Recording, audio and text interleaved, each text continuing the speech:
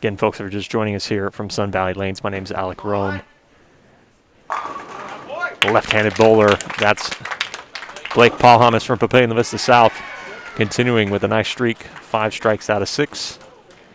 Can Hansen respond? He's down early and again leaves one hanging. Leaves the 9 there in the back, trying to talk himself into this.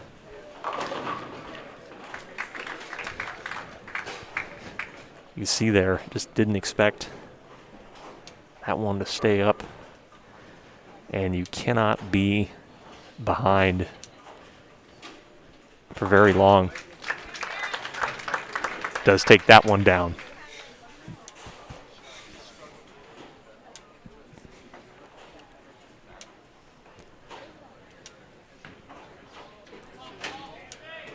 Blake going for 6 of 7 strikes here. And he gets it. What I think I see out of Blake here compared to his first round match against Birkenthal is a consistency and rhythm, almost like he's found his rhythm. And that first match, Paulhamus was, not to say that he wasn't consistent, but he was kind of sliding Brooklyn over into the other side of the pocket as a left-handed bowler. He was kind of sliding the ball over into the right pocket on the head pin, and this time it's just consistent, smooth, like clockwork as Hansen walks away from that one, knowing he cleaned it up. It's 3 spares in a row. Does put him at a deficit here early in game 1. 2 games.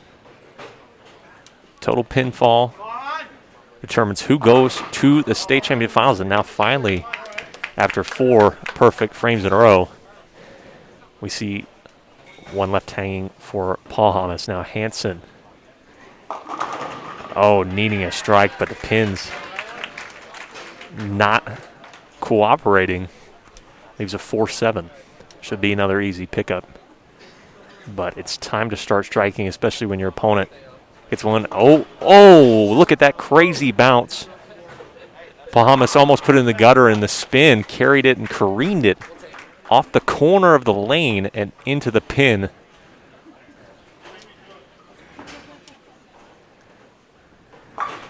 Now on the scoreboard, that is up as a miss.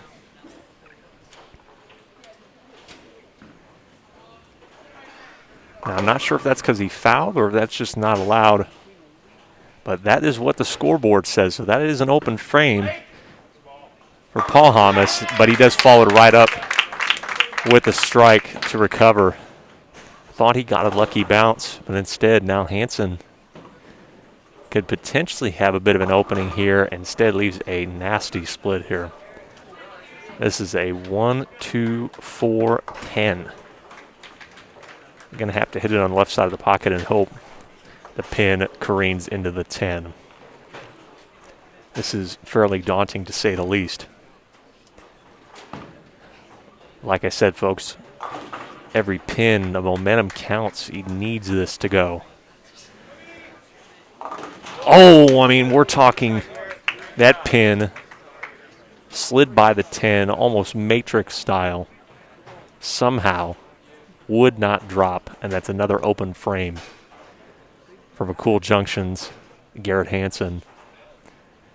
Puts him down 28, and can Paulhamus punish it again? Yes, he can again. Sometimes, too, the physics, it's just a bit of luck. And quickly trying to respond, and does. Inflow is Hansen. Nice recovery. He's going to be down about 38 pins heading into game 2.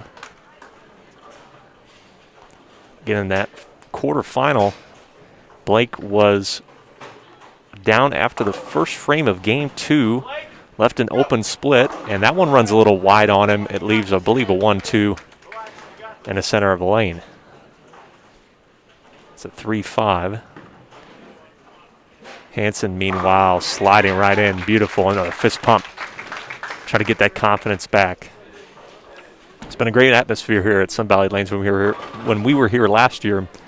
It was right around COVID times, and the attendance was a little lacking, but this time Sun Valley Lanes, as they've done for a lot of events hosted here, brought out the bleachers, and there is a good crowd, a loud crowd contingent at that, cheering on these players. Hansen now, holds the side of the lane, curls back in, and again leaves unreachable split, but he was not going to really take a bowl at it. It's just worth 8, as that was the last throw of the frame. And after one game, it's 234 to 196. A 38 pin deficit.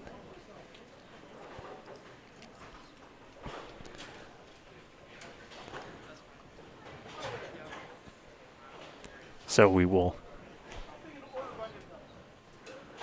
wait as they reset the lanes for the second game of both. And we are good to go. And it is Hansen to start again.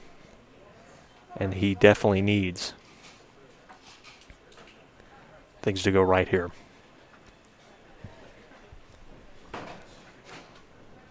Like to start building strikes, and he does this time. The pins sort of slowly but surely knock each other down.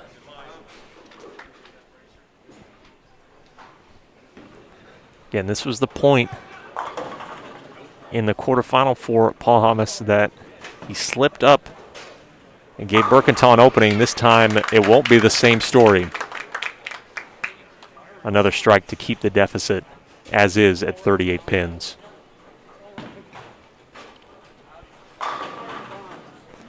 Winner of this on to the final over on lanes 27 and 28. A trophy at stake, and again, the pin's just not cooperating for Hansen. Leaving a 7, he's left a few 7s, a few 10s. Not quite working out as he would hoped. But this time, a little bit of lucky bounce again. It seems like not only, when you play sports, to win a state championship, it doesn't just take skill and hard work. It takes a little bit of luck sometimes, too, as Hansen's able to clean up the 7. Takes that little bit of luck, that right bounce, especially with these wacky objects, 10 of them to be exact, at the end of the lane. Can't leave it open, does nick it on the left side. No problem. Even through this game, but Hansen needs more than that to keep his hopes of a single state championship alive. Really could use a strike now. Gets it. Perfect throw from Hansen. Can he get into a rhythm that will carry him back in this match?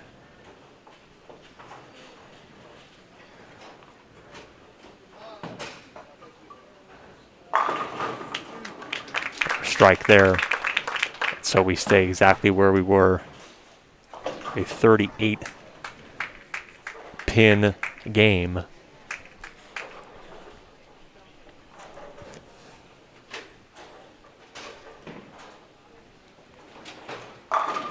Another strike for Hansen.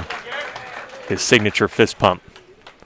He sits back down and now just hopes his opponent makes a mistake.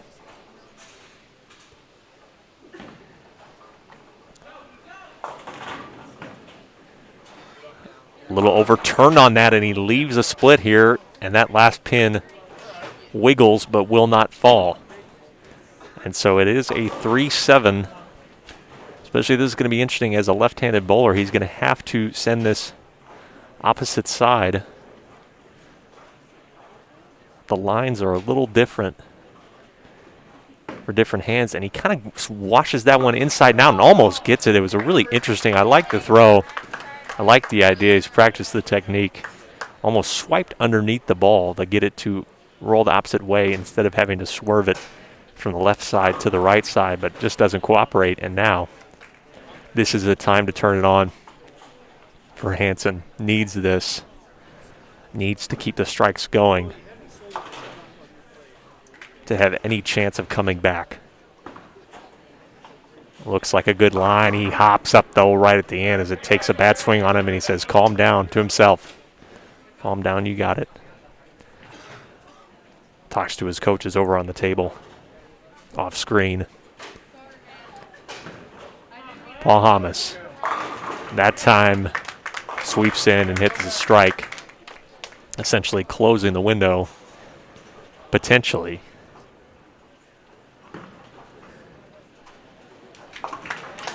Does spare it. So it's not that things are over right now. It's a 17-pin difference or so. The strike obviously giving the advantage here to Paulhamus, but he leaves the 7. So again, Hansen is right within striking distance now. 38 pins was a lot. That was just around the borderline of things being a little out of hand, but now a strike here would do it. And he does. He gets that strike.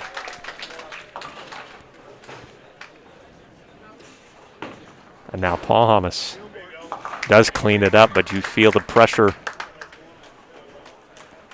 that maybe Hansen is just on his neck a little bit.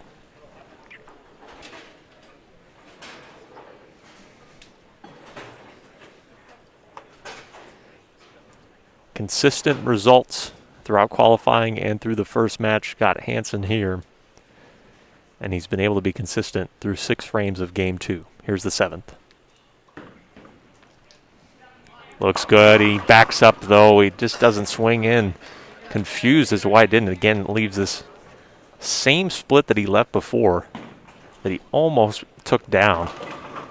The 1-2-4-10, and that time it's rough when you leave that and your opponent strikes like Blake just did there.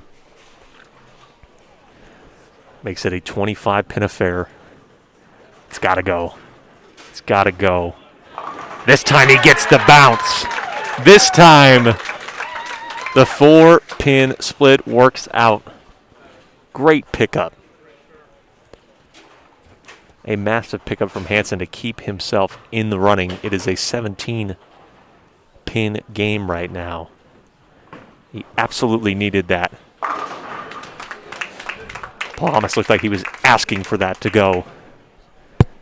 And he did receive. Hansen now 8th frame.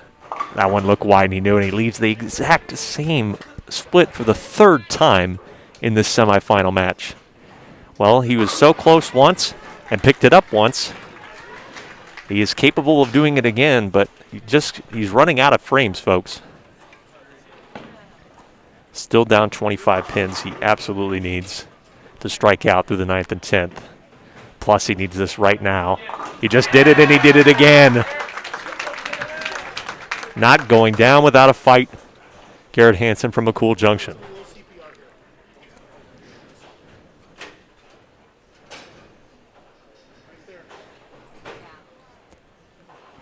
Paulhamus to put this away. And it just slides over again. The luck going Blake's way. And that might all but do it. And leaving the 7, that will do it.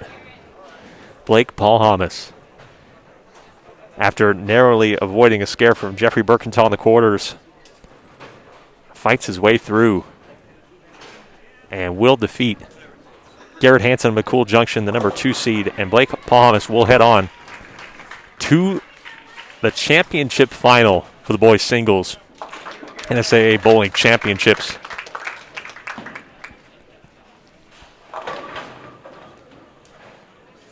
Hansen gave it a great effort, including picking up the nasty 1-2-4-10, 2 frames in a row, but did not strike enough throughout the end to get it done.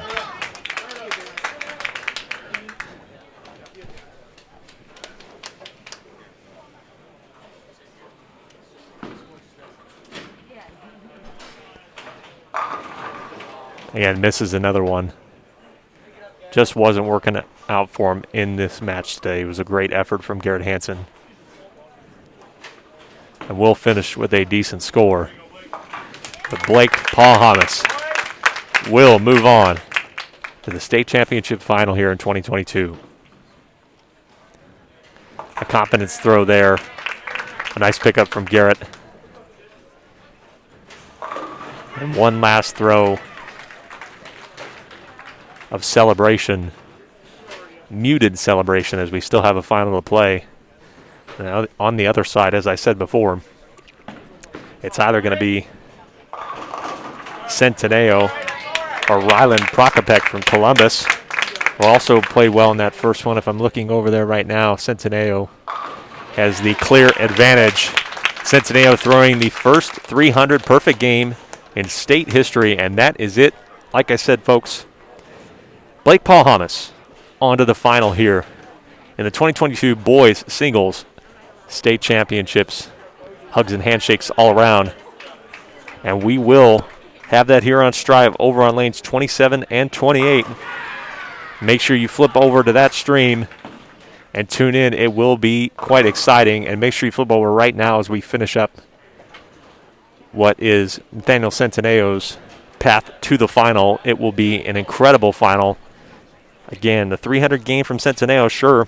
But I think one of the things that really pointed out in that first qualifying round was then Centineo didn't bowl above 216. And it's just going to be who's hot at the moment. We will find out. Flip over to that stream. I'm Alec Rome. Thanks for joining us here for this semifinal. We're going to go to break, and then you can flip over to that stream here in just a few minutes.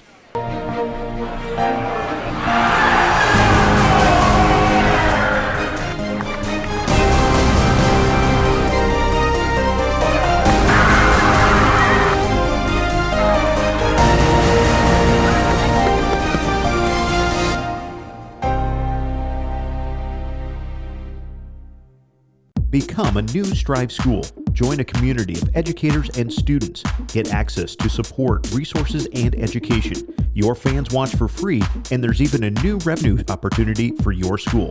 Contact sales at strive.tv to sign up your school to become a Strive school. Download the new and improved Strive mobile app for your iOS device. Never miss an event. Get updates, scores, and notifications direct to your iOS device. Download the new and improved Strive iOS app